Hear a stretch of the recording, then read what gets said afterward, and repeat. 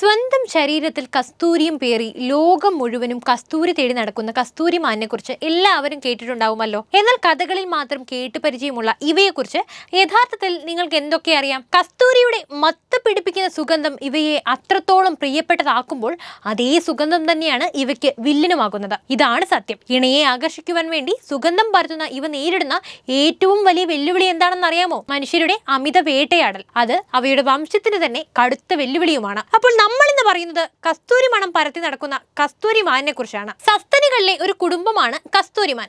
ഏഷ്യയിലെ ഹിമാലയത്തിലും റഷ്യയുടെ കിഴക്കൻ ഭാഗങ്ങളിലും കാണപ്പെടുന്ന കൊമ്പില്ലാത്ത ചെറിയ ഇനം മാൻ. പിത്താശയമുള്ള ഏക മാൻവർഗം കൂടിയാണിവർ. മനുഷ്യവാസ മേഖലകളിൽ വരാതെ കാടുകളിൽ മാത്രമാണ് ഇവയുടെ വാസം. ഉത്തരാഖണ്ഡിലുള്ള കേദാർനാഥ് വന്യജീവി സങ്കേതത്തിലാണ് കസ്തൂരിമാനുകളെ ഏറ്റവും സുലഭമായി കാണുന്നത്. ഉത്തരാഖണ്ഡിന്റെ സംസ്ഥാന മൃഗവും ഇവ തന്നെയാണ്. ഇനി ഇവയുടെ കസ്തൂരിയെ പറ്റി പറയുമ്പോൾ ഇവയിൽ ആൺമാനുകൾ ഇണയെ ആകർഷിക്കാനായി പുറപ്പെടുവിക്കുന്ന സുഗന്ധ വസ്തുവാണ് ഈ കസ്തൂരി.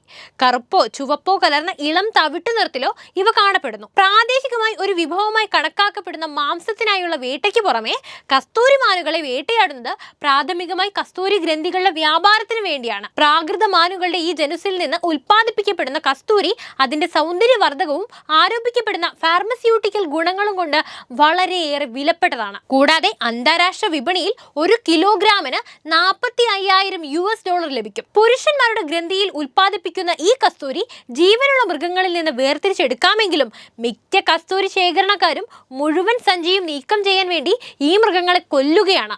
ഇത് ഏകദേശം 25 ഗ്രാം മാത്രമേ ലഭിക്കുകയുമുള്ളൂ. ഇനി ഈ കസ്തൂരിയെ പറ്റി വ്യക്തമാക്കി തരാം. ഒരു സുഗന്ധ ദ്രവ്യമാണ് ഈ കസ്തൂരി. ആൺ കസ്തൂരി മാനുകളിലെ വയറിന്റെ ഭാഗത്തുള്ള ഗ്രന്ഥികളിൽ നിന്നും ശേഖരിക്കുന്ന സ്രവത്തെയാണ് പ്രാഥമികമായി കസ്തൂരി എന്ന് പറയാറുള്ളതെങ്കിലും വേറെയും ചില ജന്തുക്കളും വിവിധ സസ്യങ്ങളും ഉൽപ്പാദിപ്പിക്കുന്ന ഇതേ ഗന്ധമുള്ള ചിലപ്പോൾ വ്യത്യസ്ത രാസഘടനയുള്ള വസ്തുക്കളെയും കസ്തൂരിയായി ഉൾപ്പെടുത്തി വരുന്നു. ആൺമാനുകൾ ഇണയെ ആകർഷിക്കാൻ വേണ്ടി പുറപ്പെടുവിക്കുന്ന സുഗന്ധ വസ്തുവാണിത്. കറുപ്പോ ചുവപ്പോ കലർന്ന ഇളം തവിട്ട് നിറത്തിൽ ഇവ കാണപ്പെടുന്നുണ്ട്.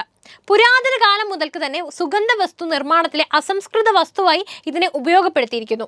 ലോകത്തിൽ വെച്ച് മൃഗങ്ങളുടെ ശരീരത്തിൽ നിന്നും ഉൽപ്പാദിപ്പിക്കുന്ന ഏറ്റവും വിലപിടിപ്പുള്ള വസ്തുവാണിത്. കസ്തൂരിമാനിന്റെ ഗ്രന്ഥിയെ വൃഷണഗ്രന്ഥിയുമായി സാമ്യമുണ്ടെന്നാണ് ചിന്തിച്ചിരുന്നത്. വിവിധ തരത്തിലുള്ള സസ്യങ്ങളും മൃഗങ്ങളും ഇതുപോലുള്ള ഗന്ധം പുറപ്പെടുവിക്കുന്നുണ്ട്.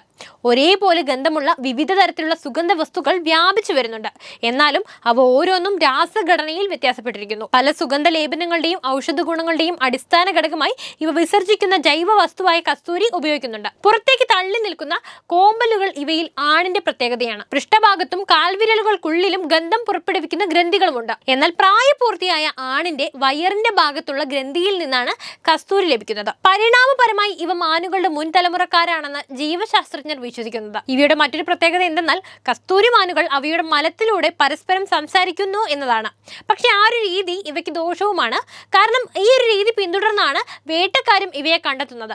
നേപ്പാളിലെ വേട്ടക്കാർ പണ്ടേ കണ്ടെത്തിയ ഈ കാര്യങ്ങൾ ശാസ്ത്രജ്ഞർക്ക് ഒരു പുതിയ പഠനം തന്നെ സൂചിപ്പിക്കുന്നുണ്ട്. വംശനാശ ഭീഷണി നേരിടുന്ന ഈ ജീവിവർഗങ്ങൾ സാധാരണയായി ഒറ്റപ്പെട്ടതും പരിമിതമായ ശബ്ദവിന്യാസവുമാണ്.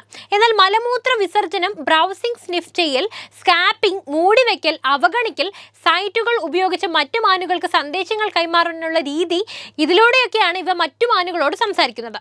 വേട്ടക്കാർക്ക് ഈ സ്വഭാവത്തെക്കുറിച്ച് പണ്ടേ അറിയാമായിരുന്നിരിക്കാം. അതനുസരിച്ച് ഇവയുടെ മലമൂത്ര വിസർജനം നടത്തിയ സ്ഥലങ്ങൾക്ക് സമീപം അവരുടെ കിണികൾ സ്ഥാപിക്കുകയാണ്.